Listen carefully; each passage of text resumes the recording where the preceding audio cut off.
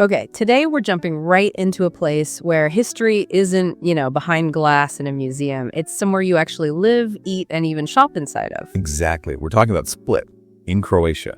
And the really wild part, thousands of people still call a 1,700-year-old Roman palace their home. It's pretty amazing. That's the core of it, isn't it? A living palace. It is. And our mission for you today is basically a complete blueprint for experiencing Split. We've dug through everything from detailed travel guides to specialized hiking info, even local food reviews. We want to map out that historical heart, the natural lungs nearby, and the food scene. Give you the shortcuts so you feel totally clued in before you even arrive. Yeah, this deep dive should cover it all. Like why those ancient Roman gates are still key for getting around today, or where locals play that really unique water game. It's this fascinating blend of ancient and modern, really vibrant. Okay, let's get into it. We absolutely have to start with Diocletian's palace. I mean, it is Split fundamentally. This was Emperor Diocletian's retirement home, basically. It started way back around 295 AD. And the key thing all our sources agree on, it's the single best preserved piece of late Roman architecture anywhere. That's why it got UNESCO World Heritage status back in 1979. And the scale you mentioned, 30,000 square meters, walls 2 meters thick. That's huge. But it's not just a ruin, is it? The sources talk about it being a living monument. How does that actually work? Like apartments and cafes inside ancient walls? That's the unique charm. Exactly what the sources highlight. It's not just preserved, it's lived in. A functioning, bustling neighborhood. And to get your bearings inside, you really need to know the 4 main gates. Porta Ennea, that's the bronze gate down by the water. Then Porta Rhea, the golden gate to the north. Porta Ferrea, the iron gate on the west. And Porta Argentea, the silver gate on the east side. Right, those gates are like the anchors. And inside, I thought it was fascinating that the vestibule, Diocletian's old waiting room, is now famous mostly for its acoustics. The sources say catching a traditional singing group there is just incredible. Oh, absolutely. And speaking of inside spots, the substructures, the cells underneath, they have a bit of modern fame too. Big Game of Thrones location. That's where Daenerys had her throne room and kept her dragons, apparently. Ah, okay. Pop culture connection. Right above that, you've got the peristyle, that main open courtyard, and then the Cathedral of St. Dalmatia. Wait, the cathedral, that wasn't always a cathedral, was it? Started as Diocletian's tomb, his mausoleum. That's right. Talk about repurposing. And the level of detail still there is amazing. Those main doors. Carved walnut from 1214. Still there. Wow.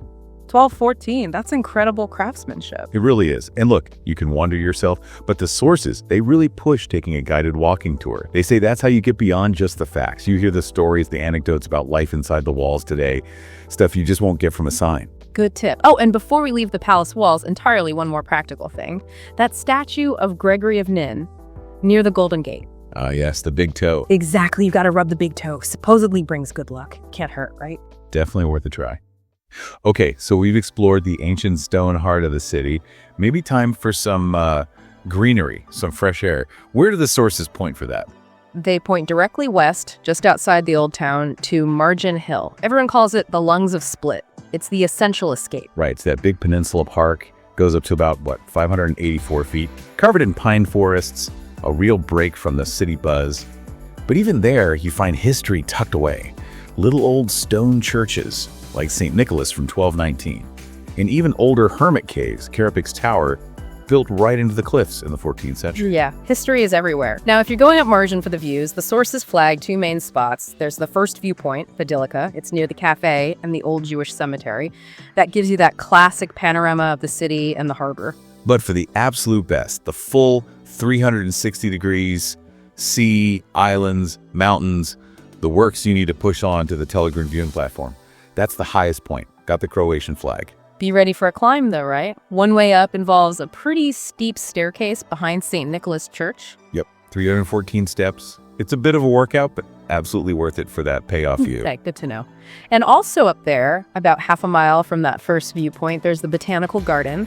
Sources say it's been recently renovated, has around 550 different plants, and check this, seems to be free to visit currently. Worth checking out. Nice. Free is always good. Okay, so we've done the hill. Let's talk about the water. Beaches. Split has them, but the sources seem to differentiate between the east and west coasts. They do. The East Coast beaches are generally closer to the center. Backvice is the famous one, like a 5-minute walk from the palace. Ah, Backvice. That's the Picturesque beach, isn't it? Exactly. It's known for shallow, sandy water, perfect for PC gym. And for anyone listening who doesn't know, the sources describe it as this unique local game. It's sort of like water polo, but with a small, peeled tennis ball. The goal is to keep it from hitting the water, lots of acrobatic dives. It's a real local tradition. Yeah, over 100 years old. It's quite a spectacle. Yeah. Further east, you got Ferrol and Unjan, maybe slightly better beaches. Mm-hmm. But consistently, our sources suggest the better beach options are actually on the west coast, near Margin Hill. Right. That's where you find Kashuni Beach. It's pebbly, has beach clubs, sunbeds, that kind of thing. More organized. But if you want something more natural, maybe quieter, then Benny Beach is the one. It's actually inside the Marjan Forest Park, so you get natural shade from the pines. It feels more secluded. Great for families, apparently. Okay, good distinction. Now let's switch gears from swimming to eating. The food scene. It's worth noting Split and nearby Trogir are recognized by the Michelin Guide.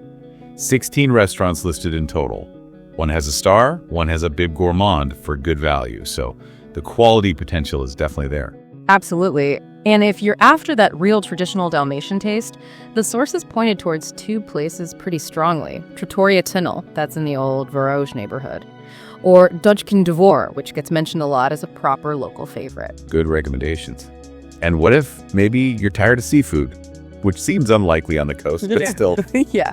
Well, Chops Grill comes up often as a top spot for steaks. Good quality meat for when you need a break from fish. And for quick, cheap, but still authentic local bites. Bobus Bakery is mentioned everywhere. That's where you have to try saparnik, that local savory pie, sort of like a Swiss chard flatbread. Delicious. Or maybe Pizzeria Portis for a quick slice. Okay, so Parnik.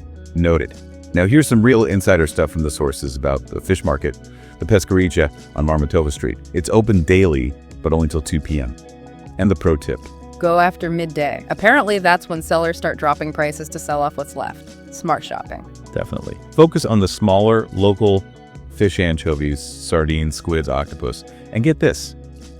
You can pay a seller, like €1.5, and they'll clean the fish for you right there. How good is that? That's brilliant. Takes all the messy work out of it. Okay, sticking with local products, shopping and culture. The Pizar, the green market near the Silvergate. Yeah, that's the spot for souvenirs and local goods. We're talking things made from that white brooch stone, Adriatic coral jewelry.